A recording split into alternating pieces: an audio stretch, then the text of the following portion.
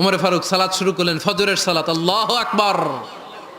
In the meantime Abu Lulu এই খঞ্জর নিয়ে ওমর ফারুকের বুকের মধ্যে 3টা স্টেবিং করলেন। একটা মারলেন নাভির নিচে, মারার সাথে সাথে পাকস্থলী কেটে গেল। আরেকটা মারলেন পাজরে, পাজর ছিঁড়ে গেল। আক্রমণ যে করেছে সে কাতারের মাঝখান দিয়ে যেতে আরম্ভ করলো, আর 2 দিকে ছুরি মারতে আরম্ভ করলো। 13 জন সাহাবীর গায়ে ছুরি মেরেছে, 7 জন সাহাবা স্পট ডেথ, জায়গায় মৃত্যু। আমাদের ভবিষ্যৎ প্রজন্ম এগুলো জানে না। ওরা সালমান খান দেখে বড় হয়, ওরা শাহরুখ খান দেখে বড় হয়, ওরা ঋত্বিক রোশনকে দেখে বড় হয়। ওরা মনে করে যে এরাই বড় সুপার হিরো। আমাদের যে কত বড় সুপার হিরো আছে এরা জানেই না। নতুন প্রজন্মের কর্ণকোহরে সাইয়েদনা ওমরে ফারুকের ইতিহাস পৌঁছে দেওয়ার দরকার আছে না নাই? আজকে আমরা সাইয়েদনা ওমরে ফারুকের বায়োগ্রাফি সম্পর্কে জানবো। ওমরে ফারুক রাদিয়াল্লাহু তাআলা আনহু, the superhero of this উম্মাহ। এই উম্মার সুপার হিরো তিনি, ঠিক কিনা? ওনার মুখের আগে লাঠি চলতো বেশি। সুবহানাল্লাহ পড়বেন না? মাঝে মাঝে লাঠি চালানোরও দরকার আছে না নাই? Is the real superhero of Muslim উম্মাহ। তিনি এই উম্মার রিয়েল সুপার হিরো। এজন্য ওনার জীবনী থেকে আমরা কিছু শিক্ষা নেওয়ার চেষ্টা করব ইনশাআল্লাহ। পড়েন সাইয়েদনা ওমরে ফারুক কিভাবে ইসলাম ধর্ম গ্রহণ করলেন, কিভাবে বিশ্বনবীর প্রাণের কলিজার টুকরা হলেন, এটা দিয়ে আমরা শুরু করি। আল্লাহ তাআলা সাইয়েদনা ওমরে ফারুকের হৃদয়ের মধ্যে 3টা ধাক্কা মেরেছেন, ইমানের ধাক্কা। আওয়াজ করে বলতে হবে কয়টা? 3টা ইমানি ধাক্কা। এক হচ্ছে বিশ্বনবীর দোয়ার ধাক্কা, এক কি? দোয়ার ধাক্কা। 2 হচ্ছে সূরা হাক্কা দিয়ে দিয়েছেন আল্লাহ এক ধাক্কা। সুবহানাল্লাহ পড়বেন না? 3 হচ্ছে সূরাতু তাহা দিয়ে আল্লাহ দিয়েছেন আরেকটা ধাক্কা। এই 3টা ইমানি ধাক্কা যখন সাইয়েদনা ওমরে ফারুকের হৃদয়ে লাগলো, উনি পড়তে আরম্ভ করেছেন, আশহাদু আল্লা ইলাহা ইল্লাল্লাহ ওয়া আশহাদু আন্না মুহাম্মাদান আবদুহু ওয়া রাসূলুহু। চিল্লায় পড়েন আল্লাহু আকবার। বিশ্বনবী মক্কায় বসে বসে তাহাজ্জুদের সালাত পড়ে আল্লাহর কাছে দোয়া করলেন, আল্লাহুম্মা আইজ্জাল ইসলাম বিআহাব্বির রাজুলাইনি ইলাইক। ও আল্লাহ, 2 জন লোকের নাম বলবো, 2 জনের দরকার নেই। এই 2 জনের একজনকে আপনি ইসলামের সুশীতল ছায়া তলে এনে ইসলামকে বিজয় দান করে দেন। মুহূর্তের মধ্যে দোয়াটা কবুল করে নিয়েছে কে? বিশ্বনবী বললেন, আল্লাহ 2 জনের নাম বলবো আজকের দোয়ায়। আবি জাহাল ইবনে হিশাম, হয়তো হিশামের বেটা আবু জাহেলকে আপনি ইসলামের ভিতরে নিয়ে আসেন, কিংবা ওমর ইবনুল খাত্তাব, খাত্তাবের বেটা ওমরকে আপনি ইসলামের ছায়া তলে নিয়ে আসেন। ওমরে ফারুকের জন্য দোয়াটা কবুল করে নিয়েছে কে? বিশ্বনবীর দোয়ার মাধ্যমে প্রথমে সাইয়েদনা ওমরে ফারুকের হৃদয়ে এক ধাক্কা লাগলো।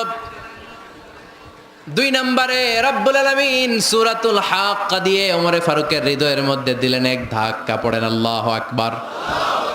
বিশ্বনবী যখন দোয়া করলেন, ওই দোয়া যখন সাইয়েদনা ওমরে ফারুকের হৃদয়ে স্পর্শ করলো, সাইয়েদনা ওমরে ফারুক সব সময় বিশ্বনবীরে ফলো করতে আরম্ভ করলেন।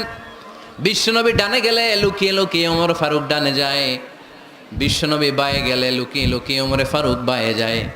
বিশ্বনবী একবার মসজিদুল হারামে যে নামাজ পড়তে শুরু করলেন, ওমরে ফারুক তখন বিশ্বনবীর পিছু পিছু ছদ্মবেশে পেছন থেকে যে বিশ্বনবী কিভাবে নামাজ পড়ে দেখতে শুরু করলেন।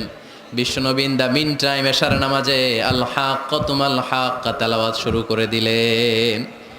আল হাক্কাতুমাল হাক্কা তেলাওয়াত শুরু করে দিলেন।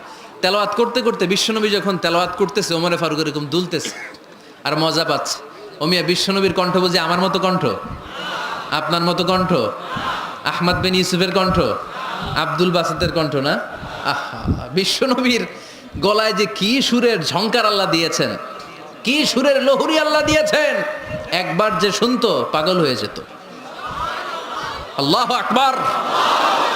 বিশ্বনবী সূরা হাক্কা মন্ত্রমুগ্ধ তেলাওয়াতে, মন্ত্রমুগ্ধ সুর দিয়ে, মন্ত্রমুগ্ধ কণ্ঠ দিয়ে তেলাওয়াত করতে লাগলেন। এশার সালাতে ওমরে ফারুক দুলতে লাগলেন। ওমরে ফারুক যত শুনেন অবাক হয়ে যায়, যত শুনেন অবাক হয়ে যায়, যতই শুনে অবাক। কিরে? কারণ তিনি আরবি ভাষা বুঝতেন। এত সুন্দর শব্দের গাঁথুনি, এত প্রাঞ্জল বর্ণনা, এত সুন্দর অন্তমিল, এটা কবিতা না হয়ে পারে না। উনি মনে মনে ভাবলেন, এটা মনে হয় কবিতা। It might be poem, it could be poem. Muhammad মনে হয় কবি হয়ে গেছে, তার কাব্য প্রতিভা দিয়ে সে এটা বানিয়েছে। তা না হলে এত সুন্দর কথা, এটা কবিতা না হয়ে পারে। ইন দ্য মিন টাইম বিশ্বনবী কিন্তু দেখতেছে না যে পেছনে উমার। বিশ্বনবী তেলাওয়াত করছিলেন, in the meantime Vishnu পড়ছিলেন ওমা হুয়া বিকাউলি শাইরিন কলিলাম মা তুমিনুন। এই আয়াতের অর্থ হলো এটা কোনো কবির কথা নয়, খুব অল্প সংখ্যক লোকই তোমরা ঈমান আনো। সুবহানাল্লাহ পড়েন। এটাকে বলে কোইন্সিডেন্ট। কোইন্সিডেন্ট হুট করে অনেক সময় মিলে যায়, যায় কি যায় না? আপনি একজনের কথা ভাবতেছেন, বাজারে গেলেন, বাজারে যেই দেখেন ওই লোকটা দাঁড়ায় আছে, এরকম হয় কি হয় না? কোইন্সিডেন্ট। ওমরে ফারুক মনে মনে যেটা ভাবতেছে ওই কথা দিয়ে বিশ্বনবী তেলাওয়াত করতেছে, আল্লাহু আকবার। বিশ্বনবী যে আয়াত তেলাওয়াত করছিলেন, আয়াতের অর্থ হলো এটা কোনো কবির বানানো কবিতা না, খুব অল্প সংখ্যক লোকই তোমরা ঈমান আনো। ওমরে ফারুক আটকে উঠলেন, থমকে দাঁড়ালেন। ঘটনা কি? আমি মনে মনে ভাবলাম, কি রে এত সুন্দর কথা, এটা তো মানুষের কথা হতে পারে না, এটা নিশ্চয়ই কবিতা, কবির কথা। কিন্তু মোহাম্মদ এখন আবার পড়তেছে ওমা হুয়া বিকাউলি শাইর, এটা কোনো শায়েরের কবির কথা নয়। কলিলাম মা তুমিনুন, অল্পই তোমরা ঈমান আনো। তার মানে আমার মনে যা চলে মোহাম্মদ এটা টের পায়। মোহাম্মদ গণক। নাউজুবিল্লাহ পড়বেন না? মোহাম্মদ অনেক বড় মাপের একজন গণক। মানুষের হৃদয়ে কি চলে, মনে মনে কি ভাবে, মোহাম্মদ না দেখেও বলে দিতে পারে। ইন দ্য মিন টাইম বিশ্বনবী পরের আয়াতে পড়লেন ওয়ালা বিকাউলি কাহিনিন কলিলাম মা তাযাক্কারুন। এই আয়াতের অর্থ হলো এটা কোনো গণকের বানানো গণনা নয়, খুব অল্প সংখ্যক লোকই তোমরা উপদেশ হিসেবে এটাকে মানো। সুবহানাল্লাহ পড়েন। এবার আর ওমরে ফারুকের সহ্য হয় না, কি আজীব তামাশা। প্রথমে মনে করলাম কবিতা, মোহাম্মদ কয় কবি না, সে কবি না, এটা কবিতা না। তারপর ভাবলাম সে গণক, সে আয়াত পরে পরে বলে দিল এটা গণনা নয়, তাহলে এটা কি? এটা কি কবিতাও না, গণনাও না, তাহলে এটা কি? বিশ্বনবী তখন পড়লেন তানজিলুম মির রাব্বিল আলামিন। সুবহানাল্লাহ পড়েন। পরের আয়াত ছিল তানজিলুম মির রাব্বিল আলামিন। এটা দুনিয়ার কোনো কবির বানানো কবিতা না, এটা কোনো গণকের গণনা না, এটা কোনো সাহিত্যিকের বানানো সাহিত্য নয়, এটা মহাবিশ্বের পরিচালক রব্বুল আলামিনের কাছ থেকে পাঠানো কিতাব কোরআন। সূরা হাক্কার ধাক্কায় ওমরে ফারুক কাইত, এই ধাক্কা খেয়ে উথাল পাথাল হৃদয়ের মধ্যে, হায় রে এ কি বাণী, এ কেমন কথা, কে মুহাম্মদ? তারপরও শয়তানের ওয়াসওয়াসা আছে না নাই? আল্লাহ বলে যতই ওয়াসওয়াসা ওমরকে দেয়া হোক, আমি ওমরে ফারুককে এই মুসলিম উম্মাতের সেনাপতি বানিয়ে ছাড়বো, আমি সেনাপতি বানাবো। এবার 3 নাম্বার ডোজ। ডাক্তারের কাছে গেলে প্রথমে দেখবেন সিম্পল ডোজ দেয়, নর্মাল ওষুধ, এটাতে কাজ না হলে ডোজ বাড়ায়, একেবারে কাজ না হলে অ্যান্টিবায়োটিক মারে, আছে না নাই? আল্লাহ প্রথমে দোয়ার ছোঁয়া লাগালেন, তারপর সূরা হাক্কা দিয়ে ধাক্কা মারলেন, এরপরে রব্বুল আলামিন বলেন এবার 3 নাম্বার ডোজ সূরা তহা দিয়ে আমি তোমার হৃদয়টারে উজালা বানায় দেব রে ওমর। শয়তান ওদিক দিয়ে ওয়াসওয়াসা, খেলা 2 দিক থেকে চলতেছে। আল্লাহ তাআলা হেদায়েতের রাস্তায় টানছে, শয়তান জাহান্নামের দিকে টানছে। ঘোষণা দেয়া হলো মক্কায়, মুহাম্মদের মাথা কেটে এনে দিলে এত এত স্বর্ণ মুদ্রা দেয়া হবে। ওমরে ফারুক রাজি হয়ে গেলেন, নাঙ্গা তলোয়ার নিয়ে বিশ্বনবীর মাথা কাটার জন্য ছুটলেন। নাউজুবিল্লাহ পড়বেন না? বনু জাহরা গোত্রের এক লোক বলে আইনা ইয়া আমার, কই যাও? মুহাম্মদের মাথা কাটতে যাই। আরে মুহাম্মদের মাথা কাটতে যাও? তোমার বোন ফাতিমা বিনতে খাত্তাব আর তোমার বোন জামাই সাঈদ কদ সাবা, এরা তো ধর্ম ত্যাগ করে ফেলছে, এটা তো আমাদের ধর্ম ত্যাগ করে মুহাম্মদের ফলোয়ার হয়ে গেছে। আগে ওমর ঘর সামলাও, পরে মুহাম্মদের মাথা কাটতে যেও। ওমরে ফারুক অবাক হয়ে গেলেন, তলোয়ার নিয়ে বিশ্বনবীর দিকে না যে নিজের বাড়ির দিকে চলে গেলেন। বিশ্বনবীর আপন বোন ফাতেমা বিনতে খাত্তাব, বোন জামাই সাঈদ আর খাব্বাব রাদিয়াল্লাহু তাআলা আনহু 3 জন মিলে সূরা তহা তেলাওয়াত করছিলেন। পড়েন সুবহানাল্লাহ। মক্কায় লুকিয়ে লুকিয়ে দাওয়াত হতো। খাব্বাব রাদিয়াল্লাহু তাআলা আনহু একটা চামড়ার ফলকের মধ্যে সূরা তহার কয়েকটা আয়াত এনে ওমরে ফারুকের বোন আর বোন জামাইকে শিক্ষা দিচ্ছে, ট্রেনিং দিচ্ছে। সুবহানাল্লাহ পড়েন। লুকিয়ে লুকিয়ে ওমরে ফারুক যখন ঘরে চলে আসলেন, এরা তটস্থ হয়ে গেল। সাইয়েদনা খাব্বাব বিছানার তলায় লুকিয়ে গেলেন। ওমরে ফারুক বললেন দরজা খোলো।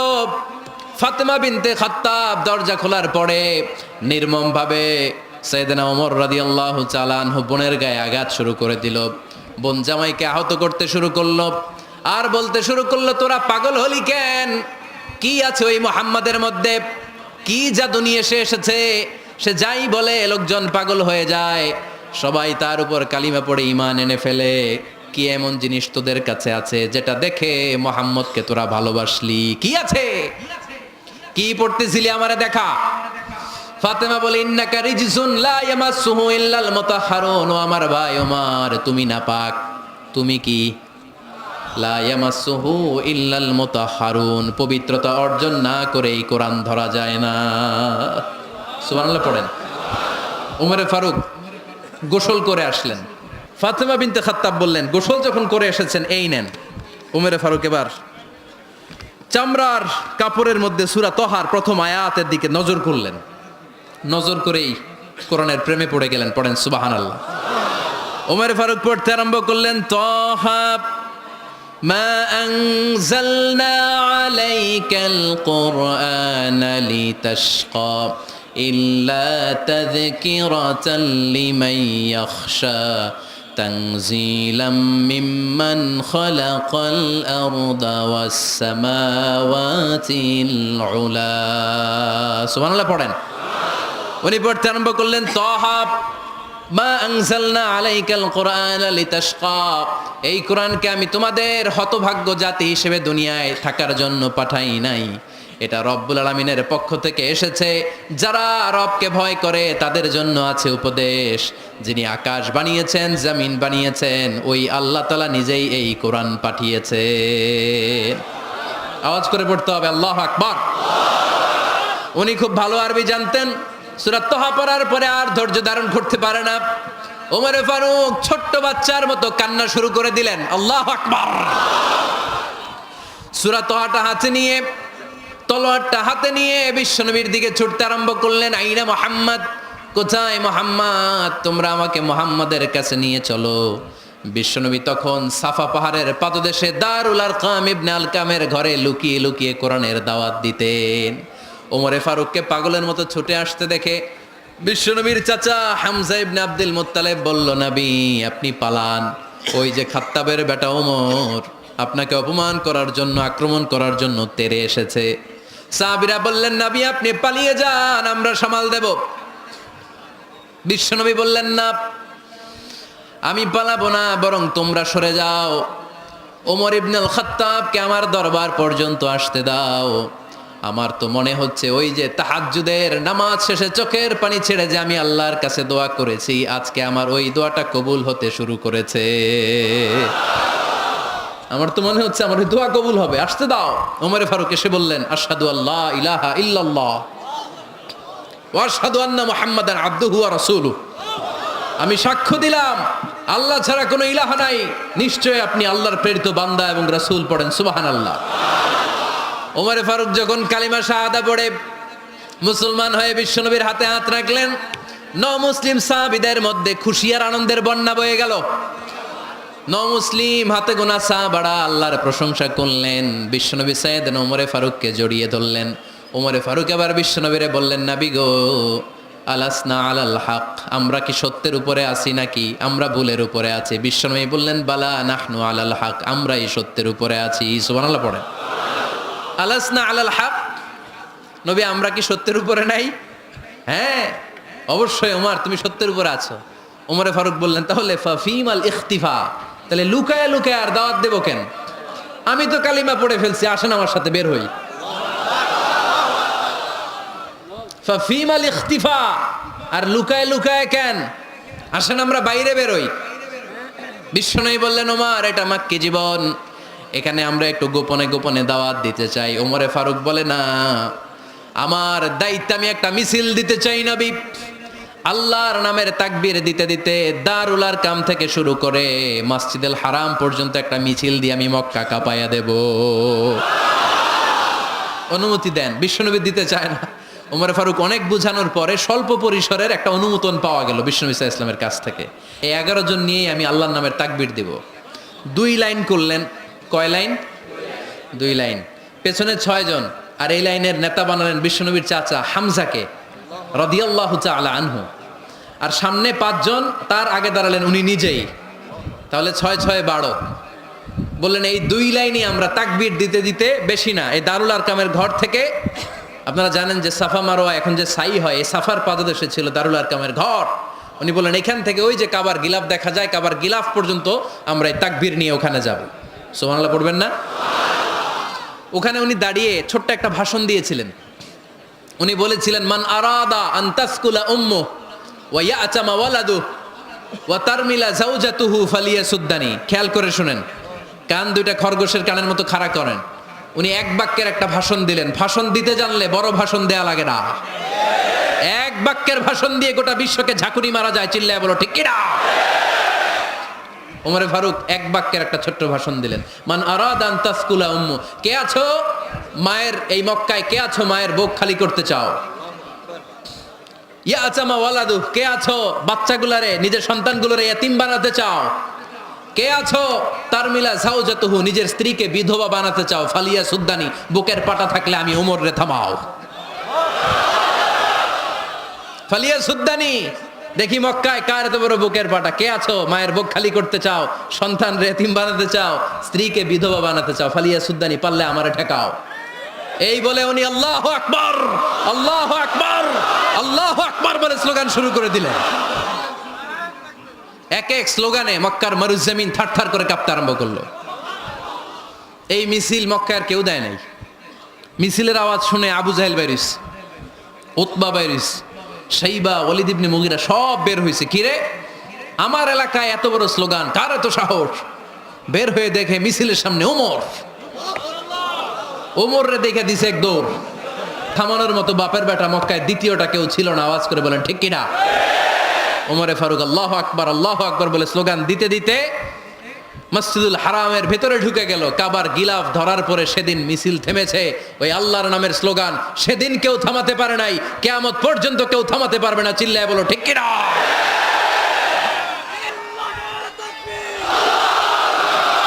ওই রকম একটা ওমরের দরকার, আমাদের বেশি চাই না। জোরে বলেন ঠিক কিনা? দাও খোদা দাও আমায় আবার ওমর দারাজ দিল, দাও খোদা দাও আমায় আবার ওমর দারাজ দিল, দাও আলীর মতো বীর সেনানি, আলীর মতো বীর সেনানি জাগাতে নিখিল, দাও খোদা দাও আমায় আবার ওমর দারাজ দিল। সুবহানাল্লাহ পড়েন। একটা ওমর লাগবে। চিল্লায় বলেন কয়টা? ওই ওমরের অপেক্ষায় বাংলাদেশ সহ গোটা মুসলিম উম্মাহ, ঠিক কিনা? একটা ওমরই যথেষ্ট। আমাদের সেন্ট্রাল লিডারশিপ নাই তো, আমাদেরকে এদিকে লাথি মারলে আমরা ওইদিকে যাই, ওদিক থেকে গুতা মারলে আমরা এদিকে যাই। আমাদের রিপ্রেজেন্টেটিভ, আমাদের প্রতিনিধিত্ব করার মতো কোনো কেন্দ্রীয় লিডারশিপ নেতৃবৃন্দ গোটা বিশ্বে নাই, ঠিক কিনা? আমরা সেই ওমরে ফারুকের অপেক্ষায়, আমরা সেই ইমাম আল মাহাদির অপেক্ষায়। এই ওমরে ফারুক আমাদের মডেল, ঠিক কিনা? থার্ড ইন পজিশন এই পুরা উম্মতের মধ্যে ওনার পজিশন নাম্বার 3। 1 নাম্বার পজিশন বিশ্বনবীর, কার? 2 নাম্বার পজিশন কার? আবু বকর। 3 নাম্বার পজিশন কার? ওমরে ফারুকের। বিশ্বনবী বলতেন লা নবিয়্যা বা'দি, লা নবিয়্যা বা'দি, আমার পরে কোনো নবী নাই। ওয়ালা রাসূলা, আমার পরে কোনো রাসূলও নাই, ঠিক কি না? আল্লাহর হাবিব বলতেন লাউ কানা বা'দি নবিয়্যুন লাকানা উমর, তবে আমার পরে যদি নবী হওয়ার যোগ্যতা কারো থাকে আমার ওমরের ওই যোগ্যতা আছে। সুবহানাল্লাহ পড়েন। প্রভু তুমি বলেছ রাসূল দেবে না, বলনি দেবে না ওমর, বলনি দেবে না হামজা তারিক, খালিদ বিজয় সমর। প্রভু তুমি বলেছ রাসূল দেবে না, বলনি দেবে না ওমর, বলনি দেবে না হামজা তারিক, খালিদ বিজয় সমর। প্রভু তুমি বলেছ রাসূল দেবে না। সুবহানাল্লাহ পড়েন। এজন্য আমরা একটা ওমর চাই। কয়টা? বেশি লাগবে? নেতার মতো নেতা কয়টা লাগে? জোরে বলেন কয়টা? ওনার সাথে বিশ্বনবী সাল্লাল্লাহু আলাইহি ইসলামের মুসাহারার সম্পর্ক ছিল। ওমরে ফারুক যে বিশ্বনবীর শ্বশুর এটা অনেকে জানেই না। ওমরে ফারুক রাদিয়াল্লাহু তাআলা আনহু বিশ্বনবীর শ্বশুর ছিলেন। এটা আজকে নতুন শুনছেন, কে কে হাত তোলেন? দেখছেন হুজুর, সঠিক বলছি না আমি? অনেকে আমরা জানি না। মাশাআল্লাহ, জানতে লজ্জা নাই, শিখতে লজ্জা নাই, লজ্জা হচ্ছে অজ্ঞতায় আর মূর্খতায়, ঠিক কি না? চার খলিফার দুই খলিফা, ইসলামের চার খলিফার দুই খলিফা বিশ্বনবীর মেয়ের জামাই, আর বাকি দুই খলিফা বিশ্বনবীর শ্বশুর। সুবহানাল্লাহ পড়েন। সাইয়েদনা আলী রাদিয়াল্লাহু তাআলা আনহু, সাইয়েদনা উসমান যুন-নূরাইন বিশ্বনবীর মেয়ের জামাই। উসমান রাদিয়াল্লাহু তাআলা আনহুর কাছে বিশ্বনবী দুই মেয়েকে বিয়ে দিয়েছিলেন। একজন মারা যাওয়ার পরে আরেকজন, বিশ্বনবী বলেছেন এরপরে আরেকটা থাকলে ওইটারও বিয়ে দিতাম। সুবহানাল্লাহ পড়বেন না? দুইজন ছিল মেয়ের জামাই আর দুইজন ছিল শ্বশুর। সাইয়েদনা আবু বকর শ্বশুর, বিশ্বনবীর স্ত্রী আম্মাজান আয়েশা রাদিয়াল্লাহু তাআলা আনহার বাবা। বিশ্বনবীর স্ত্রী আম্মাজান হাফসা রাদিয়াল্লাহু তাআলা আনহার বাবা ছিল সাইয়েদনা ওমর ফারুক। চিল্লায় পড়েন আল্লাহু আকবার। জানো তো পজিশন না, সাইয়্যিদু কুহুলিল জান্নাহ, জান্নাতে যত নারীরা যাবে নারীদের সর্দারিনী হবে সাইয়্যিদাতুনা ফাতেমা রাদিয়াল্লাহু তাআলা আনহা। এই ফরিদপুরের যত ইয়াং স্টারেরা তোমরা যারা জান্নাতে যাবে তোমাদের লিডার হবে সাইয়েদনা হাসান আর হুসাইন রাদিয়াল্লাহু তাআলা আনহুমা। আর বয়স্ক মুরব্বীরা যারা জান্নাতে ঢুকবেন আপনাদের লিডার হবে সাইয়েদনা আবু বকর আর সাইয়েদনা ওমর ফারুক রাদিয়াল্লাহু তাআলা আনহু। সুবহানাল্লাহ পড়তে পারলেন না? ওমর ফারুক এটা সাধারণ কোনো ক্যারেক্টারিস্টিক্স নয়, ওনাকে আল্লাহ তাআলা নলেজও দিয়েছেন আবার দিনদারিও দিয়েছেন। আমার দিনী ভাইয়েরা খেয়াল রাখবেন, কোনো আলেমের মধ্যে বা কোনো নেতার মধ্যে যদি এই দুইটার সমন্বয় আপনি পান, যে তার জ্ঞানও আছে আবার দিনদারিও আছে, হি belongs the knowledge and he belongs the তাকওয়া, সে গোটা বিশ্বকে জয় করে ফেলবে, ঠিক কি না? যার মধ্যে জ্ঞান আছে, যার মধ্যে তাকওয়া আছে, তারে কেউ থামায় রাখতে পারে? ওমরে ফারুককে এই দুই নেয়ামত দিয়ে ধন্য করেছে কে? সহিহ বুখারীর বর্ণনা, বিশ্বনবী সাহাবীদের সামনে একটা স্বপ্নের কথা বলছেন। বিশ্বনবী বললেন, আমি স্বপ্নে দেখলাম আমার আঙ্গুলের ফাঁকা থেকে দুধ বের হচ্ছে, আমি তৃপ্তি সহকারে দুধ খেলাম। খাওয়ার পরে দেখলাম আঙ্গুলের মধ্যে একটু দুধ লেগে আছে। আমার আঙ্গুলে অতিরিক্ত লেগে থাকা দুধটা আমি ওমরে ফারুকের মুখের মধ্যে লাগিয়ে দিলাম। সাহাবারা বললেন, ইয়া রাসূলুল্লাহ, ইয়া হাবিবাল্লাহ, মাযা আওয়ালতা বিহি, এই স্বপ্নের আপনি কি ব্যাখ্যা করলেন, আমরা তো বুঝলাম না। বিশ্বনবী বললেন, আওয়ালতু বিহি আল ইলম, আমি এই দুধ দিয়ে জ্ঞানের ব্যাখ্যা করেছি, কারণ ওমরকে আল্লাহ যেই জ্ঞান দিয়েছে গোটা বিশ্বের কাউকে এত জ্ঞান দেয় না। এজন্য স্বপ্নে যদি কেউ দেখেন যে আপনি দুধ খাচ্ছেন, তার মানে আল্লাহ তাআলা আপনার জ্ঞান বাড়ায় দিবে। ওমরে ফারুককে দুধ খেয়ে অতিরিক্ত দুধের অংশটা বিশ্বনবী আবু বকর রাদিয়াল্লাহু তাআলা আনহুর মুখে দেন নাই, সাইয়েদনা উসমানের মুখে দেন নাই, আলী রাদিয়াল্লাহু তাআলা আনহুর মুখে দেন নাই। স্বপ্নে ওই অতিরিক্ত লেগে থাকা দুধটা বিশ্বনবী ওমরে ফারুকের ঠোঁটের মধ্যে লাগিয়ে দিয়েছেন। এই হাদিস থেকে প্রমাণ হয় আল্লাহ তাআলা জ্ঞানের নেয়ামতে সাইয়েদনা ওমরে ফারুককে ধন্য করেছেন। আবার বুখারীর বর্ণনা, বিশ্বনবী সাল্লাল্লাহু আলাইহি ওয়াসাল্লাম আরেকটা স্বপ্নের বর্ণনা দিচ্ছেন। তিনি বললেন, তোমাদের সবাইকে স্বপ্নে আমার সামনে দাঁড় করানো হলো। আমি দেখলাম তোমাদের কারো জুব্বা নাভি পর্যন্ত, কারো জুব্বা হাঁটু পর্যন্ত, কারো জুব্বা টাকনু পর্যন্ত। ওমরে ফারুককে যখন স্বপ্নে আমার সামনে দাঁড় করিয়ে দেয়া হলো, আমি দেখলাম ওমরের জুব্বা এত লম্বা, ওমর টেনে হিচড়ে তার জুব্বা নিয়ে সামনে হেঁটে যাচ্ছে। সাহাবারা বললেন, ফামাযা আওয়ালতা বিহি ইয়া রাসূলুল্লাহ, ও আল্লাহর রাসূল, এই স্বপ্ন দিয়ে আপনি কি বুঝাতে চাইলেন, আমরা কিছু বুঝলাম না। বিশ্বনবী বললেন, আউয়ালতু বিহি আদ-দীন, আমি এই হাদিসের দ্বারা দিনের ব্যাখ্যা করলাম, যার জামা যত লম্বা তার দিনদারি তত বেশি। সুবহানাল্লাহ, আসতে পড়েন। স্বপ্নে দেখলেন কোন সাহাবীর জুব্বা নাভি, কোন সাহাবীরটা হাঁটু, কারোটা টাকনু, কিন্তু ওমরে ফারুকের জুব্বা এত লম্বা, ইয়াজুরু সাওবাহু, তিনি তার জুব্বা টেনে হিচড়ে যাচ্ছেন। বিশ্বনবী বললেন, এটা দ্বারা আমি দিন, আমি তাকওয়া, দিনদারি, তাকওয়া, এটার ব্যাখ্যা করেছি। তার মানে ওমরে ফারুকের তাকওয়ার সামনে সব তাকওয়া পানি হয়ে যাবে। কোন সুবহানাল্লাহ। আল্লাহ তাআলা সাইয়েদনা ওমরে ফারুককে দিনের জ্ঞান দিয়েছেন, তাকওয়া দিয়েছেন। কত বড় মুত্তাকি ছিলেন সাইয়েদনা ওমরে ফারুক। মদিনার সমাজে কয়জন মুনাফিক ছিল বিশ্বনবী ছাড়া কেউ বলতে পারতেন না।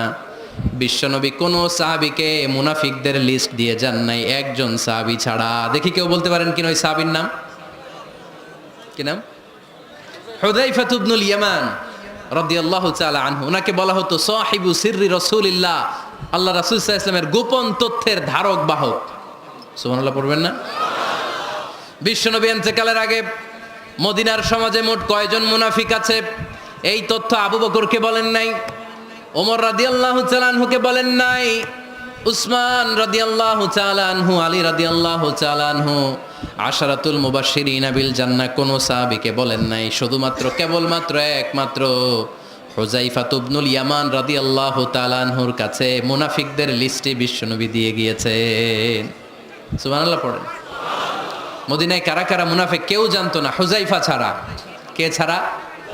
নামটা আজকে মুখস্থ করেন, যাতে অন্য কোনো ওয়াজে কেউ জিজ্ঞেস করলে বলতে পারেন।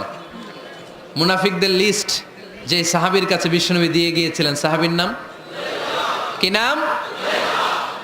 উনি জানতেন মুনাফিক কারা। দেখেন ওমরে ফারুকের তাকওয়ার লেভেলটা কত হাই। ওমরে ফারুক একদিন হুযায়ফা রাদিয়াল্লাহু তাআলা আনহুর কাছে গেলেন, যে বললেন, হুযায়ফা, বিশ্বনবী ইন্তেকালের আগে মুনাফিকদের নামের লিস্টটা কারো কাছে দেয় নাই, আমার জানা নাই, সাইয়েদনা আবু বকরের জানা নাই, কোনো সাহাবীর জানা নাই, তুমি ছাড়া। আমি তোমার কাছে জানতে চাই, আমি ওমরের নামটা ওই মুনাফিকদের খাতায় আছে কিনা আমার একটু বলো। আমার ওমরের নামটা ওই মুনাফিকদের লিস্টিতে একটু আছে কিনা, নামটা একটু বলো। যদি থাকে আমি ভালো হয়ে যাব, আমি নেফাকি দূর করে পাক্কা মুমিন হতে চাই। আমার নাম যদি মুনাফিকের লিস্টে থাকে আমি তো শেষ। হুযায়ফা চোখের পানি ছেড়ে দিয়ে বলে, আমিরুল মুমিনিন, কেমন প্রশ্ন করলেন আপনি? আপনি বিশ্বনবীর শ্বশুর, এই উম্মতে আপনার পজিশন 3 নাম্বার। আপনারে মুনাফিকরা ভয় পায়, শয়তান আপনারে ভয় পায়।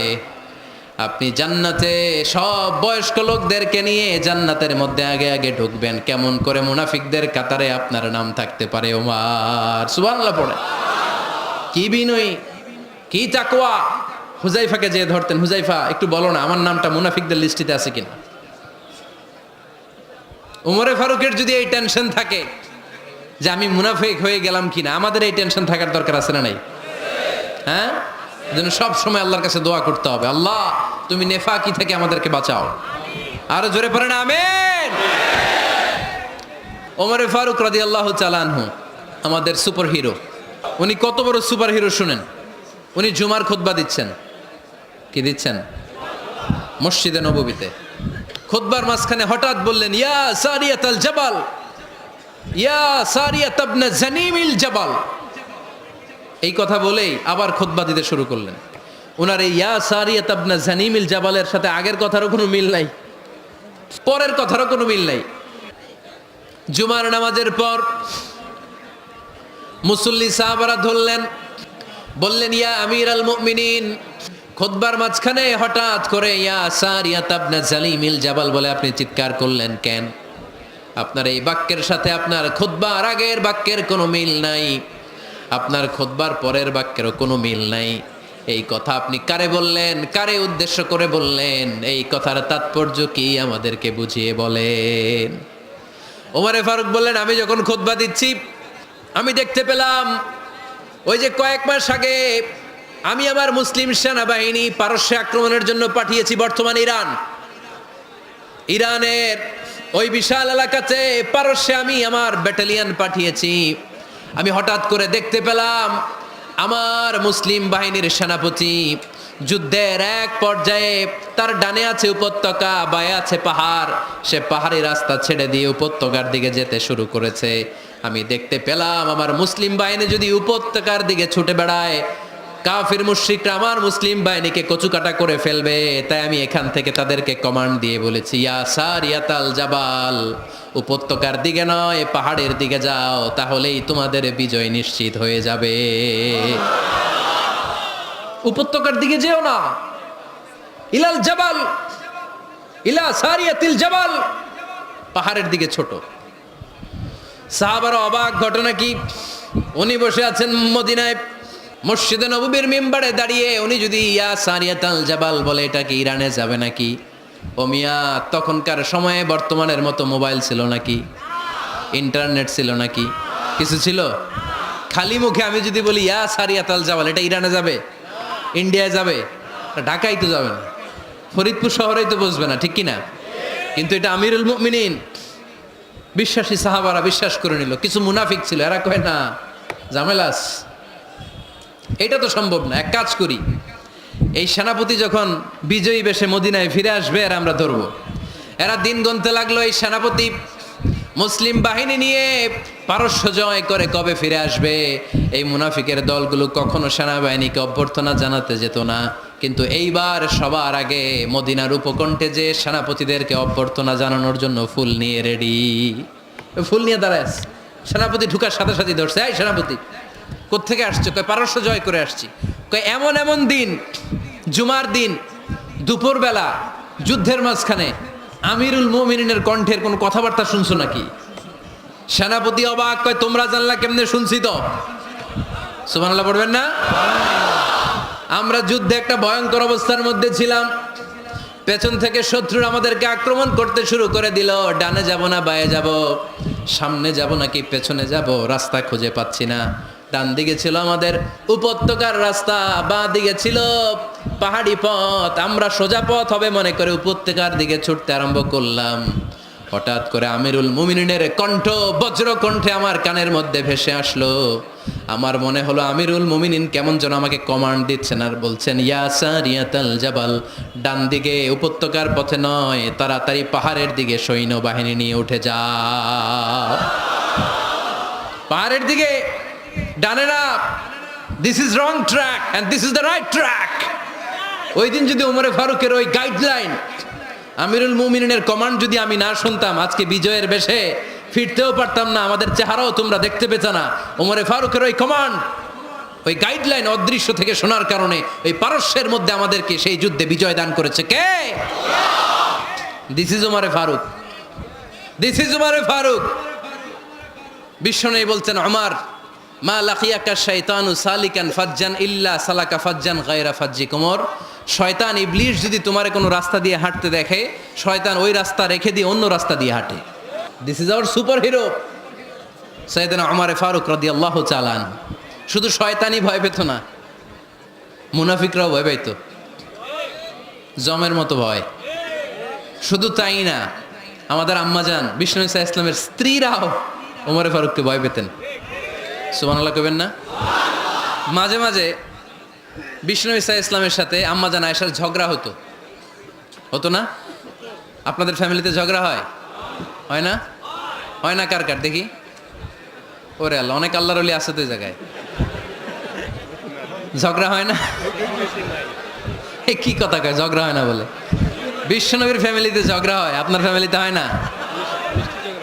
মিষ্টি ঝগড়া। আর ও বিয়াই করে নাই,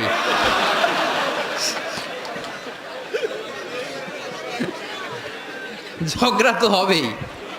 দাম্পত্য জীবনের মজাটাই তো এখানে, কখনো ঝগড়া কখনো আনন্দ, একটু বৃষ্টি একটু রোদ, একটু হাসি একটু কান্না, ভালো লাগা ভালোবাসা শেয়ার করে নেয়া, মিলেমিশে একাকার হয়ে যাওয়া, ঠিক কি না? তো আল্লাহর হাবিব সাল্লাল্লাহু আলাইহি ওয়াসাল্লামের সাথে আম্মাজান আয়েশার ঝগড়া হতো। তো একদিন ঝগড়া হয়ে দুইজন রেগে আস, খবরদার দুইজন রেগে থাকবেন না, আবার একজন রাগলে আরেকজন থেমে যাবেন, কারণ এই ছোট্ট ঝগড়া থেকে এটা অনেক সময় বিচ্ছেদের দিকে গড়ায়। আমার প্রিয় ফরিদপুরবাসী, ভাবি রেগে গেলে আপনি রাইগেন না, ওই দিন আপনি একটু ঠান্ডা থাকেন। আবার আপনি রেগে গেলে আমার মাইকের আওয়াজ যদি ভাবিরা শুনেন, আপনারা রেগে যায় না, একটু ঠান্ডা থাকবেন। দুইজনে রেগে গেলে তো তৃতীয় বিশ্বযুদ্ধ শুরু হবে, তাই না?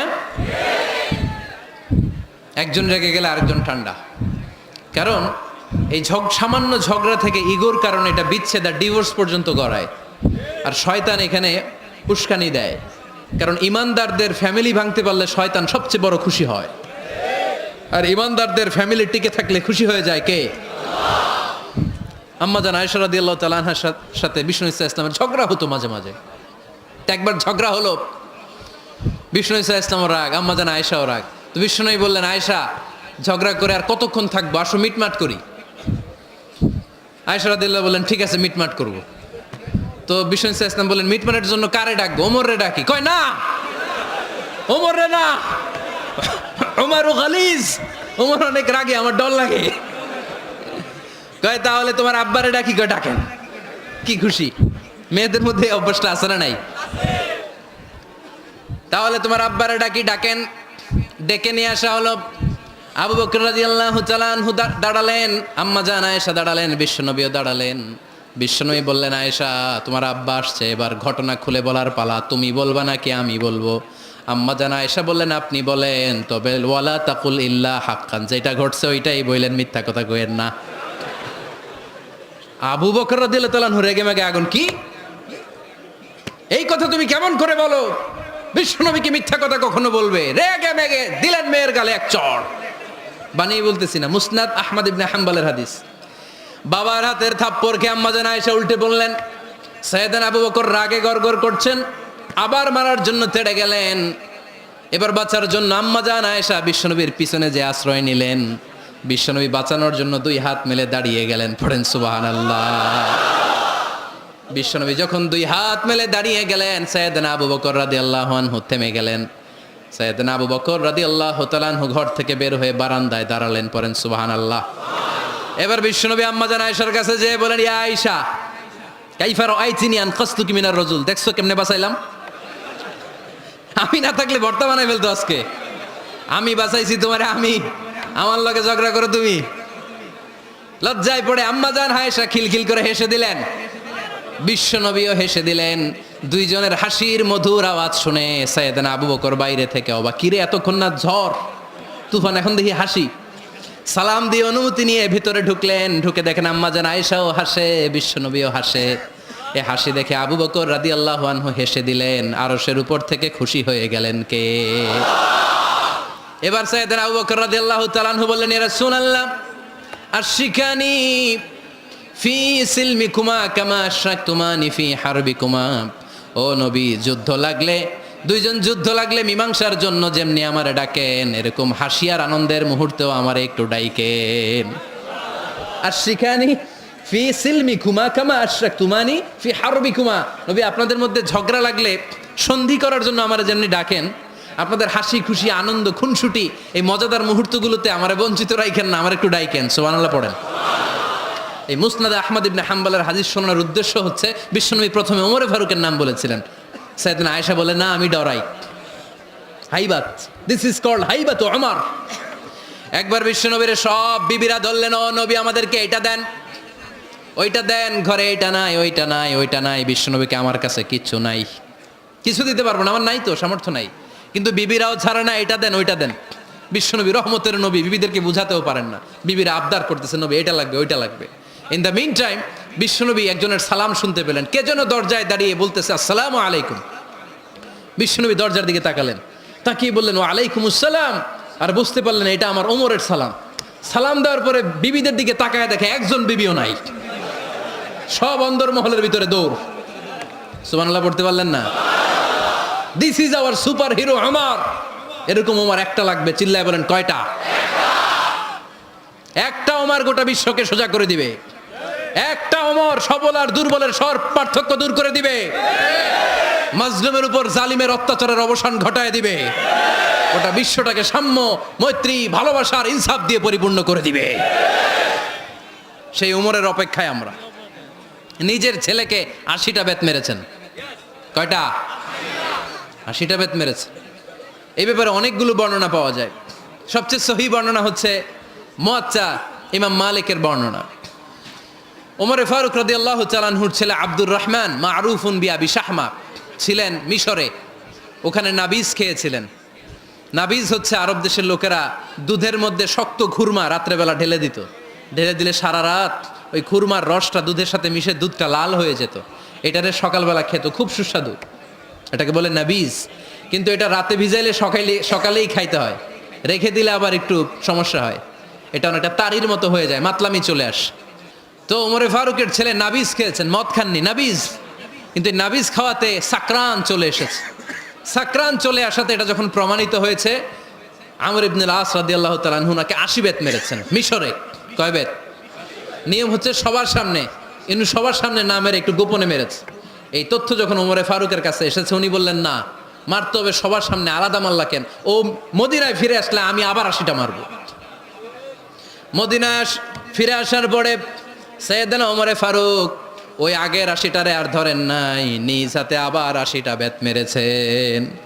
এই বেত মারার 1 মাস পরে এই আবু শাহমা ইন্তেকাল করেছে। অনেক ঐতিহাসিক বলে এই বেতের আঘাতে মরেছে, কেউ কেউ বলেছে নিজের রোগের কারণে মরেছে। কিন্তু দিস ইজ দ্য ইনসাফ সিস্টেম অফ উমর। নিজের ছেলে বলে ছেড়ে দেয় নাই। এখন নিজের ছেলে হইলে 7 খুন মাফ, নেতার ছেলে হইলে 10 খুন মাফ, এলাকার মোড়লের ছেলে হইলে 10 খুন মাফ। নো পার্সিয়ালিটি ইন ইসলাম। ইসলামে পার্সিয়ালিটি নাই। আপনি নেতার ছেলে হন, আপনি বিজনেস ম্যাগনেটের ছেলে হন, আপনি যেই হন না কেন, ইসলামের দৃষ্টিতে সবাই সমান। চিল্লায় বলেন ঠিক কিনা? বানু মখজুমিয়া গোত্রের এক নারী চুরিতে ধরা পড়ল। সাহাবারা বললেন, নবী মদিনার সবচেয়ে ভেরি প্রেস্টিজিয়াস এন্ড ডিগনিফাইড ফ্যামিলির মেয়ে, আপনি হাত কাইটেন না, কারণ ইসলামের নিয়ম চুরি করলে কি কেটে দাও? বিশ্বনবী বললেন, বলো কি? হাত না কাটার জন্য তোমরা আমাকে রেকমেন্ড করছো? এটা আল্লাহর আইন। পৃথিবীর কেউ রেকমেন্ড করলো শোনার ক্ষমতা আমার নাই, কারণ আইনটা দিয়েছে কে? লাউ কানাত ফাতিমাতু বিনতি মুহাম্মাদিন সারাকাত লাকাতা মুহাম্মাদুন ইয়াদাহা। আরে বনু মাকজুমিয়া মেয়ে তো দূরের কথা, আমার কলিজার টুকরা ফাতেমাও যদি আজ চুরিতে ধরা পড়তো, তার হাত কেটে দিতে আমি 1 মিনিটও দেরি করতাম না। দিস ইজ ইসলাম। এই হচ্ছে ওমরে ফারুকের মানাকিব। এরকম ওমরে ফারুক কয়টা লাগবে? আওয়াজ করে বলতে হবে, কয়টা লাগবে? একটা লাগবে। এই সাইয়েদনা ওমরে ফারুক মদিনার প্রথম চিফ জাস্টিস ছিলেন। সর্বপ্রথম ওনার পরামর্শে সাইয়েদনা আবু বকর রাদিয়াল্লাহু তাআলা আনহু কোরআনকে সংকলন করেছেন। আমরা এই যে কোরআন পড়ি 30 পারা, আল্লাহর হাবিব সাল্লাল্লাহু আলাইহি ওয়াসাল্লামের সময় কি এরকম কোরআন ছিল নাকি? ছিল না। খেজুর পাতার মধ্যে, গাছের বাকলের মধ্যে, ওটের বড় হাড্ডির মধ্যে আর পাথরের মধ্যে খোদাই করা কোরআন ছিল। সাইয়েদনা আবু বকরের সময়ে রাদিয়াল্লাহু তাআলা আনহুর সময় যুদ্ধ হলো। 70 জন হাফেজ সাহাবী ইন্তেকাল করলেন। সাইয়েদনা আবু বকর রাদিয়াল্লাহু তাআলা আনহুকে ডেকে ওমরে ফারুক বললেন, ও আবু বকর, এইভাবে হাফেজে কোরআন সাহাবীরা যদি দুনিয়া থেকে বিদায় হয়ে যায়, আল্লাহর কোরআনও তো বিদায় হয়ে যাবে। আমার পরামর্শ হলো আপনি সব বয়োজ্যেষ্ঠ সাহাবীদেরকে একসাথে করে কোরআনের সব কাগজগুলোকে একসাথে করে একটা নির্ধারিত কপির মধ্যে কোরআনকে সংকলন করে ফেলেন। সাইয়েদনা আবু বকর বললেন, যেটা আমার নবী করে না, এটা আমি কেমনে করি? কিন্তু ওমরে ফারুক নাছোড়বান্দা বলে না, এটা করলে কোনো খারাপ হবে না, ভালোই হবে। মুসলিম উম্মার জন্য এক জায়গায় কোরআন সন্নিবেশিত থাকবে, আপনি করেন। সাইয়েদনা আবু বকর রাজি হয় না, ওমরে ফারুকও ছাড়ে না। ওমরে ফারুক বলতে বলতে বলতে বলতে এমন ভাবে সাইয়েদনা আবু বকর রাদিয়াল্লাহু তাআলা আনহুকে ধরলেন, সব শেষে সাইয়েদনা আবু বকর ওমরে ফারুকের কথায় কোরআন সংকলনে রাজি হয়ে গেলেন। পড়েন সুবহানাল্লাহ। উনি বললেন, ওমর যখন আমাকে বারবার বুঝাতে লাগলো, আল্লাহ তাআলা আমার হৃদয়টা ওমরের কথা শোনার জন্য খুলে দিলেন। আল্লাহ তাআলা কেমন যেন আমাকে ইলহাম করলেন, আবু বকর করো, এই কাজের মধ্য দিয়ে আমি আমার কোরআনকে গোটা বিশ্বে জীবিত রেখে দেব। This is Omar. এই যে আমরা হিজরি সনের যে আমরা গণনা করি, এই হিজরি সনের প্রবর্তক হচ্ছে সাইয়েদনা ওমরে ফারুক। সুবহানাল্লাহ নাই? সাইয়েদনা ওমরে ফারুক এই হিজরি সনের গণনা শুরু করেছেন। সাহাবারা বলল, আমিরুল মুমিনিন, খ্রিস্টানদের ঈসাই সন আছে, আমাদের মুসলমানদের কোনো সন নাই। আমাদের একটা সন থাকলে আমাদের জিজিয়া নিতে, আমাদের যাকাতের টাকা উত্তোলন করতে অনেক সুবিধা হবে। ওমর ফারুক বললেন, তাহলে কোন সালকে হিজরি, কোন সালকে মুসলিম সাল হিসেবে আমরা ঘোষণা দিতে পারি? একজন বলল, আমার নবী যেই সালে জন্মগ্রহণ করেছেন ওই সালে। ওমর ফারুক বললেন, না, আমার নবীর জন্ম আমাদের জন্য খুশির দিন, কিন্তু এটা আমাদের জন্য প্রেরণা নয়। প্রেরণা নবীর কাজে, ঠিক কিনা? আরো কিছু সাহাবারা বলল, তাহলে যেই সালে আমার নবী ইন্তেকাল করেছে ওইটারে প্রথম সাল ধরেন। ওমরে ফারুক বললেন, না, যেদিন তিনি ইন্তেকাল করেছেন এটা আমাদের দুঃখের দিন, এটা আমাদের প্রেরণা নয়। আমাদের প্রেরণা হচ্ছে বিশ্বনবীর ত্যাগ, তিতিক্ষা আর কাজের মধ্য দিয়ে। জোরে কোন ঠিক কিনা? ওমরে ফারুক বললেন, যেদিন বিশ্বনবী ইসলাম রক্ষায় নিজের মাতৃভূমি ছেড়ে মক্কা থেকে মদিনায় গিয়েছেন, ওই দিনটাকে হিজরি প্রথম দিন ধরে আমরা হিজরি সাল গণনা করে শুরু করে দেব। ওইটাই হচ্ছে হিজরি সন। সেখান থেকে হিজরি সনের প্রবর্তন করেছেন সাইয়েদনা ওমরে ফারুক রাদিয়াল্লাহু তাআলা আনহু। এই যে স্টেট গভর্নমেন্ট, এই যে প্রিজন, জেলখানা, ক্যান্টনমেন্ট, সচিবালয়, গণভবন, বঙ্গভবন, মুক্তিযোদ্ধাদের ভাতা, রাষ্ট্রীয় ভাতা, এই সব নিয়ম কানুন সাইয়েদনা ওমরে ফারুক তার রাষ্ট্রীয় আমলে তিনি নিজে করেছেন। চিল্লায় পড়েন আল্লাহু আকবার। মুসলমানদের আলাদা কারেন্সি, নিজস্ব মুদ্রা ব্যবস্থা নিজে চালু করেছেন। সৈনিকদের মধ্যে যারা বিবাহিত প্রতি 6 মাস অন্তর অন্তর 1 মাসের ছুটি কাটাতে তারা ফিরে আসবে। সাইয়েদনা ওমরে ফারুক চালু করেছেন। চিল্লায় আওয়াজ করে পড়েন আল্লাহু আকবার। এই যে আমরা 20 রাকাত সালাতুত তারাবি পড়ি রমাদানে, পড়েন না আপনারা? এটা সাইয়েদনা ওমরে ফারুক চালু করেছেন। সুবহানাল্লাহ পড়তে পারলেন না? কোরআনে মোট 22টা আয়াত আছে যেখানে সাহাবারা ইনডিসিশনে ভুগছিলেন। বিশ্বনবীর মত একটা, ওমরে ফারুকের মত আর একটা। এই 22 জায়গায় আল্লাহ তাআলা বিশ্বনবীর মতের পক্ষে আয়াত নাজিল না করে ওমরে ফারুকের মতের পক্ষে কোরআনের আয়াত নাজিল করেছেন। সাইয়েদনা ওমরে ফারুক, আমরা সাহাবীদের জীবন চরিত পড়তে চাই না, কত যে অনুপ্রেরণামূলক দৃষ্টান্ত সাইয়েদনা ওমরে ফারুক আমাদের জন্য রেখে গিয়েছেন। ওমরে ফারুক যখন খলিফা, দিনের বেলায় যদি রাষ্ট্রে কোনো নিয়ম জারি করতেন, দিনের বেলায় জনগণকে কোনো বিষয়ে যদি নিষেধ করতেন, রাত্রেবেলায় খাওয়ার সময় ফ্যামিলি মেম্বারদের সবাইকে বলতেন, এই দিনের বেলা আমি জনগণকে এই কাজ করতে নিষেধ করেছি, তোমরা আমার ফ্যামিলি মেম্বার, খবরদার তোমরা এই কাজ করো না। জনগণ করলে যতটুকু শাস্তি, তোরা করলে পাবি ডবল শাস্তি। সুবহানাল্লাহ কইবেন না? আমাদের নেতারা ওই বাড়ির বিচার করে, ওই বাড়ির মাইয়ার বিচার, ওই বাড়ির পোলার বিচার, নিজের পোলা গাঞ্জা টানে, আছে না নাই? নিজের মেয়ে অপরাধ করে, আছে না নাই? আহা, কি নেতা ছিলেন ওমরে ফারুক! আগে নিজের ঘর সামলিয়েছেন, আগে নিজেকে সামলিয়েছেন, নিজের ঘর ঠিক করেছেন। বলেছেন জনগণ করলে যত বেদ, তোরা করলে double Veda. This is call leader, ঠিক কি না? এক বাবা এসে বললেন, ওমরে ফারুক আমার ছেলে কথা শোনে না, বেয়াদব। ওমর ফারুক ছেলেরে ডাকলেন, বাবা তুমি তোমার আব্বাজানের কথা শোনো না, এটা তো কবিরা গুনাহ। ছেলে বলে, ওমরে ফারুক সব দায় দায়িত্ব আল্লাহ ছেলে মেয়েদেরকে দিয়েছে, বাবা মাকে কোনো দায়িত্ব দেয় নাই। ওমর ফারুক বললেন, অবশ্যই দায়িত্ব দিয়েছে। তাহলে বলেন আমার বাবার দায়িত্ব কি? উনি বললেন, প্রাইমারিলি প্রথমত 3 দায়িত্ব। আইয়ান তাকিয়া উম্মা, পৃথিবীর প্রতিটি বাবার উচিত ছেলেদের মেয়েদের জন্য ভালো মায়ের ব্যবস্থা করা। 2 নম্বরে আইয়ুহসিনা ইসমা, সুন্দর তার একটা নাম রেখে দেয়া। 3 নাম্বার ইউআল্লিমাহুল কিতাব, তার আল্লাহর কিতাব শিক্ষা দেওয়া। এবার ছেলেকে আমার আব্বা 3টার একটাও করে নাই।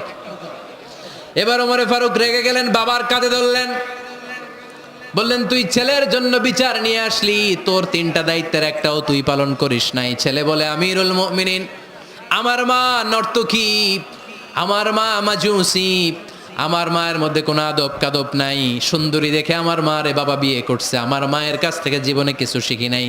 2 নাম্বার সাম্মানি খানফাসা, আমার বাবা আমার নাম রেখেছে চামচিকা। কি নাম রাখছে? এটা নাম হইলো একটা? এরকম উল্টাপাল্টা নাম আছে না নাই? না, এগুলো রাখবেন না। আব্দুল্লাহ রাখবেন, আব্দুর রহমান রাখবেন, আর একটা কি বলছি আজকে? হুজাইফা রেখে দিয়েন, পারবেন? ওয়ালাম ইউআল্লিমনি হারফাম মিন কিতাবিল্লাহ আমিরুল মুমিনিন, শুধু তাই না, আল্লাহর কোরআনের একটা অক্ষর আমার বাবা কোনোদিন আমারে শিক্ষা দেয় নাই। ওমর ফারুক রেগে গেলেন, এবার বাপের কান্দে দইরা মারতে শুরু করলেন। তুই পোলার নামে বিচার নিয়ে আইছিস, তোরে মার দিমু আগে। এরকম নেতার দরকার আছে না নাই? মদিনায় এক লোক তার বউরে রাগের চোটে 100 তালাক দিয়ে ফেলছে। কয় তালাক দেয়ার নিয়ম? কয়টা দিছে? কয়টা? এবার স্ত্রী কাঁদতে কাঁদতে এসে বলে, আমিরুল মুমিনিন দেখেন, আমার স্বামী আমারে রেগে মেগে 100 তালাক দিছে। ওমর ফারুক বললেন, দইরা নিয়ে এটারে। নিয়ে আসা হলো। ওমর ফারুক বললেন, কয়টা তালাক দিয়েছ? কয় 100টা। কেন দিছ? কয় মাথা গরম আছিল। এরকম আছে না? তালাক দেওয়ার সময় সব তালাক, তুই তালাক, তোর মা তালাক, তোর বোন তালাক, সব তালাক। তালাক দিবে ওয়াইফ রে, দিতেছে সবাই রে। তো ওমর ফারুক বললেন, দিবে 3টা, 100টা দিলা কেন? কয় মেজাজ গরম ছিল। কয় দাঁড়া, আত-তালাকু মিন শাআইরিল্লাহ, তালাক হচ্ছে আল্লাহর দেয়া বিধানের একটা নিদর্শন, এটা নিয়ে তুই খামখেয়ালি করলি। আমার রায় শোন, আমার রায় হচ্ছে 3 তালাকে তোর বউ তালাক, বাকি 97 তালাক তোর পিঠের উপরে পড়বে। এরকম বিচারের দরকার আছে না নাই? এরকম দৃষ্টান্তমূলক বিচার যদি বাংলার জমিনে দেয়া হতো, আর কোন নারী ধর্ষিতা হতো, আর কোন নারীকে অ্যাসিড মারা হতো, আর কোন নারী যৌতুকের জন্য কান্না করতো? একটা আমল লাগবে, বেশি না। কয়টা লাগবে? তিনি গভর্নর সিস্টেম চালু করেছিলেন, governor system, Islamic state. Bahrain, Yemen, মিসর, কুফা, বসরা, মক্কা, মদিনা, এই 7 জায়গায় 7 জন গভর্নর পাঠিয়েছেন। তাদের থেকে তথ্য নিতেন। এই গভর্নর সিস্টেম উনি বানিয়েছেন। সাইয়েদনা আমর ইবনে আল আস রাদিয়াল্লাহু তাআলা আনহুকে পাঠিয়েছেন মিশরে। মিশরে একটা দৌড় প্রতিযোগিতা হতো। ওই দৌড় প্রতিযোগিতায় আমর ইবনে আল আস রাদিয়াল্লাহু তাআলা আনহুর ছেলে অংশগ্রহণ করেছে, কিন্তু এক মিশরি ওই দৌড় প্রতিযোগিতায় চ্যাম্পিয়ন হয়ে গেছে। রানার্স আপ হয়েছে আমর ইবনে আল আসের ছেলে। এবার মিশরি ফার্স্ট আর গভর্নরের ছেলে সেকেন্ড। রাগের চোটে আমর ইবনে আল আসের ছেলে ওই মিশরির মাথার মধ্যে কয়েকটা বাড়ি মেরেছে। মিশরি বলে, আমার মাল্লা কেন? তুমি খেলায় পারো না, আমারে মাল্লা কেন? কয়, আনা ইবনুল আকরামিন, আমি গভর্নরের পোলা, আমি যা বলবো এটাই হবে, আমার উপরে কথা নাই। মিশরি ওইখানে আর ঝগড়া বাঁধায় নাই, মনে দুঃখ নিয়ে মদিনায় চলে আসলেন। এসে বললেন, আমিরুল মুমিনিন, আপনি আমর ইবনুল আস রাদিয়াল্লাহু তাআলা আনহুকে মিশরের গভর্নর বানিয়ে পাঠিয়েছেন। একটা প্রতিযোগিতায় আমি চ্যাম্পিয়ন হয়েছি, ওনার ছেলে হয়েছে রানার আপ। কেন সে চ্যাম্পিয়ন হতে পারে নাই? এই কারণে আমার মাথায় লাঠি দিয়ে 3টা বাড়ি মেরেছে। বিচারটা দিছে কার দরবারে? কথা বুঝেন নাই বোধহয়? ওমর ফারুকের দরবার। ওমর ফারুক বললেন, তাই আগামী বছরের অমুক তারিখ আমি সব গভর্নরদেরকে ডেকে হিসাব নিতে, ওই দিন তুই থাকবি, পারবি না? মিশরে বলে, পারবো মানে অবশ্যই পারবো। ওই দিন 7 রাজ্য থেকে 7 গভর্নর হাজির, গভর্নরদের ছেলেরাও হাজির, মিশরীয় হাজির। 7 গভর্নরের কাছ থেকে 7 এলাকার খোঁজ খবর নেয়ার পরে ওমরে ফারুক বললেন, আইনাল মিসরি, মিশরি লোকটা কই, এদিকে আয়। মিশরি সামনে আসার পরে বলল, আমর ইবনুল আস, তুমি মিশরের গভর্নর, তোমার ছেলে সহ তুমি আসো। আমর ইবনুল আস এসে সামনে বসে রইলেন। এবার বললেন, ও আমর ইবনুল আসের ছেলে, তুমি নাকি ইবনুল আকরামিন গভর্নরের ছেলে, তুমি যা বলবা মিশরে নাকি তাই হবে, তোমার নাকি অনেক দাপট। নিজে একটা লাঠি এনে মিশরীর হাতে দিয়ে বলল, এবার তোর মাথায় যতটা মারছে তুই ততটা গুনে গুনে মার, আমি দেখব। আমর ইবনুল আস দেখবে, আমর ইবনুল আসের ছেলেরে তুই এখানে মার। সে বলতেছে, থাক, আপনি বলছেন এতেই যথেষ্ট, মারা লাগবে না, আমি মাফ করে দিলাম। ওমরে ফারুক বলল, খবরদার, মার, মার ওর মাথার মধ্যে। মিশরি ওমরে ফারুকের ধমক শুনে ভয়ে ভয়ে 3টা বাড়ি মারল। এই বাড়ি মারা দেখেও ওমরে ফারুকের হৃদয় ঠান্ডা হয় নাই। লজ্জায় আমর ইবনুল আস, বয়স হয়ে গিয়েছে সাহাবা, মাথা তখন টাক, মাথায় চুল নাই, লজ্জায় মাথাটা হেট হয়ে মাথাটা নিচু করে রেখেছে। এবার রাগের চোটে ওমরে ফারুক বললেন, এবার আমর ইবনুল আসের টাক মাথার মধ্যে একটা মার, মার। কেন ছেলেকে শিক্ষা দিতে পারে নাই? ইয়া আমর ইবনুল আস, মাতা জাআলতুমুন নাস আবিদা, তোমরা কখন মিশরীদেরকে নিজেদের দাস বানায় নিলা? ওয়াকাদ ওয়ালাদাতুহুম উম্মুহুম আহরারা, আর ওদের মায়েরা তো ওদেরকে স্বাধীন সন্তান হিসেবে প্রসব করেছে। মানুষদের উপর ক্ষমতাগিরি করার জন্য গভর্নর পাঠাই নাই। খবরদার, জনগণ তাদেরকে দেখভাল করার জন্য তোমাদেরকে পাঠানো হয়েছে, তাদের উপর কোনো অত্যাচার করার জন্য নয়। চিল্লায় বলেন ঠিক কি না? এরকম নেতা কয়টা লাগবে? কয়টা? ওই নেতার নাম কি? ওমর। হ্যাঁ, হুয়া ইয়াতি ওমর। 22 জায়গায় বিশ্বনবী কয় একটা, ওমরে ফারুক বলে আর একটা।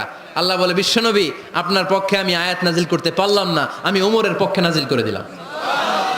বিশ্বনবী বলতেন, ইন্নালি কুল্লি উম্মাতিন মুহাদ্দাস, সব উম্মতের মধ্যে, সব নবীর উম্মতের মধ্য থেকে একজন করে আল্লাহ তাকে মুহাদ্দিস বানাতো। মুহাদ্দিস না, মুহাদ্দাস।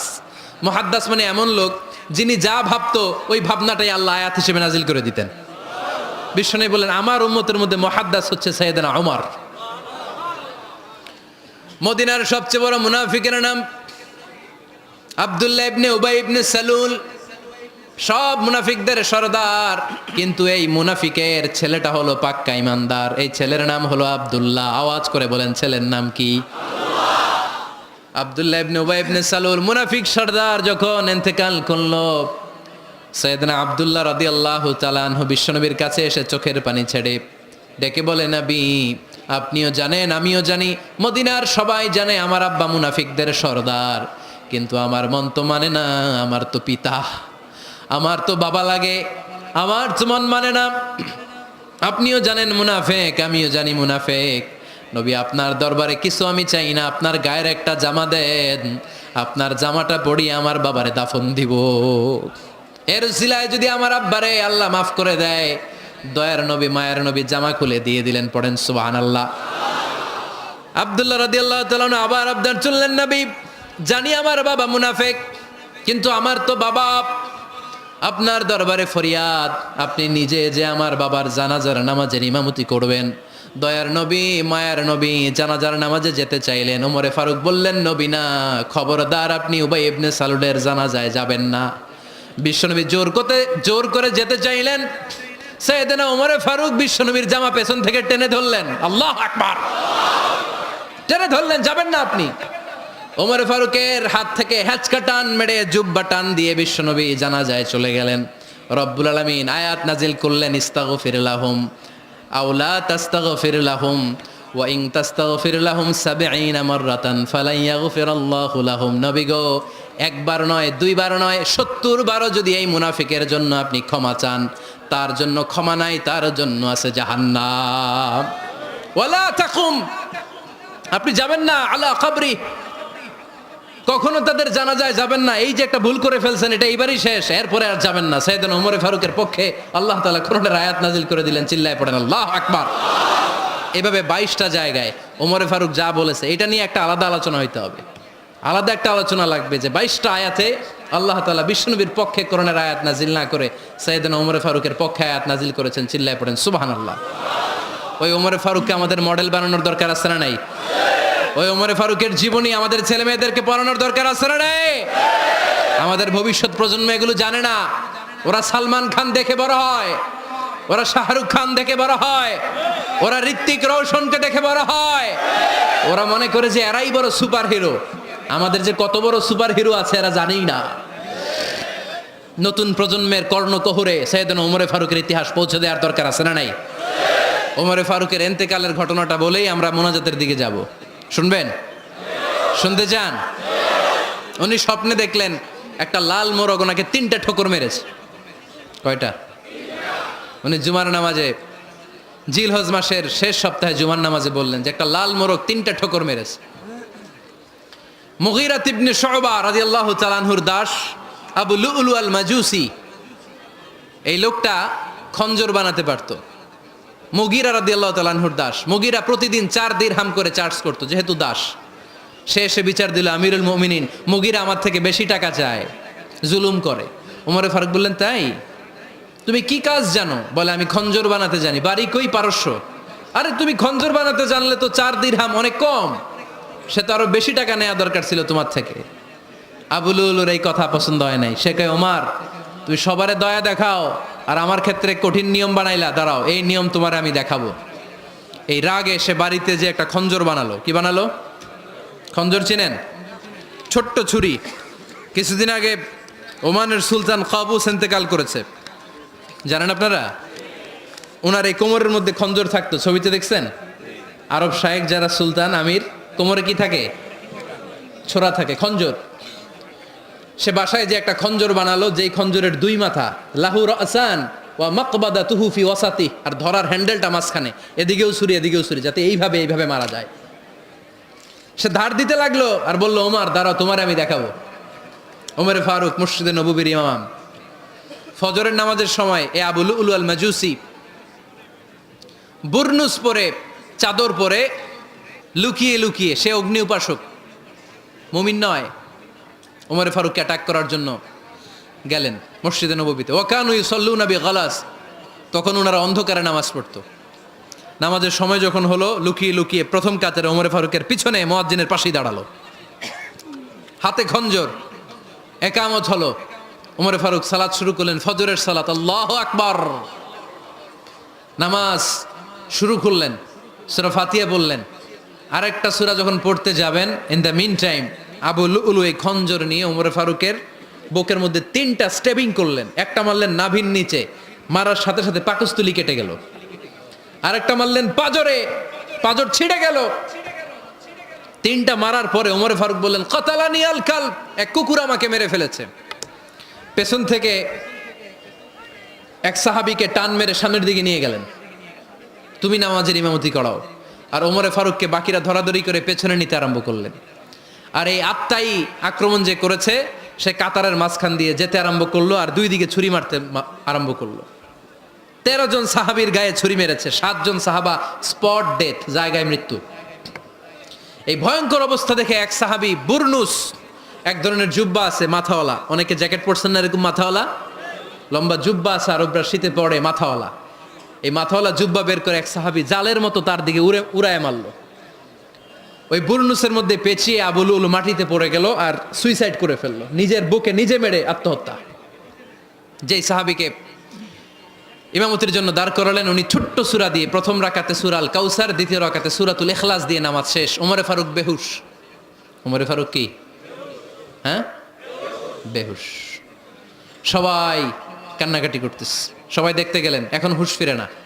মুখের মধ্যে মুখ খুলে রাষ্ট্রের চিকিৎসক মুখের মধ্যে দুধ দিলেন, ওই নাভি দিয়ে দুধ বের হয়ে যায়। তারা বললো ওনারে বাঁচানো সম্ভব না, দেখেন হুঁশ ফিরে কিনা। হুঁশ ফিরলে ওনার পরে কে আমির হবে, উনি যেন প্যানেল ঠিক করে দিয়ে যায়। সবাই তাকিয়েছে ওমরে ফারুকের চোখের দিকে। আল্লাহর মেহেরবানিতে ঘন্টা খানিক পরে উনি চোখ খুললেন। চোখ খোলার পরেই বলেন নাই ও মা আমি মরে যাই। চোখ খোলার পরে উনি বলেন নাই কে মারলো আমারে। চোখ খোলার পরে উনি বলেন নাই আমার পরে নেতা কে হবে। চোখ খোলার পরে সর্বপ্রথম কথাটি ছিল আসল্লান নাস, আমার নেতৃত্বে যে ফজরের নামাজটা শুরু হয়েছিল এটাকে ঠিকমতো তোরা পড়েছিলি? আমার নেতৃত্বে যে ফজরের জামাত শুরু হয়েছিল সেটা ঠিকঠাক মতো সমাপ্ত হয়েছিল কিনা আগে বল। আসল্লান নাস, নামাজটা হয়েছে কিনা বল। সুবহানাল্লাহ বলতে পারলেন না? This is Omar, hour super hero. নেতা অনেকগুলো লাগে না, এরকম নেতা একটাই যথেষ্ট যে গোটা বিশ্বকে কাঁপায় দিতে পারে। চিল্লায় বলো ঠিক কিনা? আমরা চাই আমাদের ছেলেগুলো ওমরে ফারুকের মতো বড় হোক। আমরা চাই আমাদের ছেলে মেয়েগুলো খাব্বাব, খুবাইব, সাইয়েদনা আলী, উসমান, আবু বকর রাদিয়াল্লাহু তাআলা আনহুর অনুসরণে বড় হোক, ঠিক কিনা? আমরা একটা ওমর চাই যিনি আমাদেরকে সালাতের শিক্ষা দিয়ে গিয়েছেন, ইন্তেকালের আগে বলেছেন সাল্লান নাস। এজন্য আমরা যেন নামাজ কখনো নষ্ট না করি। আল্লাহর জমিনে দিন বাস্তবায়ন আসাদ্দুহুম ফি আমরিল্লাহি ওমর রাদিয়াল্লাহু তাআলা আনহুর মতো এত কঠোর কেউ ছিলেন না। তাই দিন বাস্তবায়নে আমরা যেন কাউরে ছাড় না দেই। সবার আগে আল্লাহর দিন, সবার আগে আল্লাহর কোরআন, সবার আগে আমার ইসলাম, ঠিক কিনা? চাইলেই কেউ এদেশ থেকে ইসলামরে মিটাই দিতে পারবে না। যে দেশে আল্লাহু আকবার ধ্বনির সাথে সাথে সূর্য উঠে যায়, আল্লাহু আকবার ধ্বনির সাথে সাথে সূর্য ডুবে যায়, সে দেশে আর কিছু থাকবে না থাক আমার ইসলাম থাকবেই, আর কিছু থাকবে না থাক আমার কোরআন থাকবেই। সে ইসলামের সাথে থাকতে রাজি আছেন তো? কোরআনের সাথে থাকতে রাজি আছেন তো? কয়েকজন ভাই কালিমা পড়ে মুসলমান হতে চায়। মোহতামিম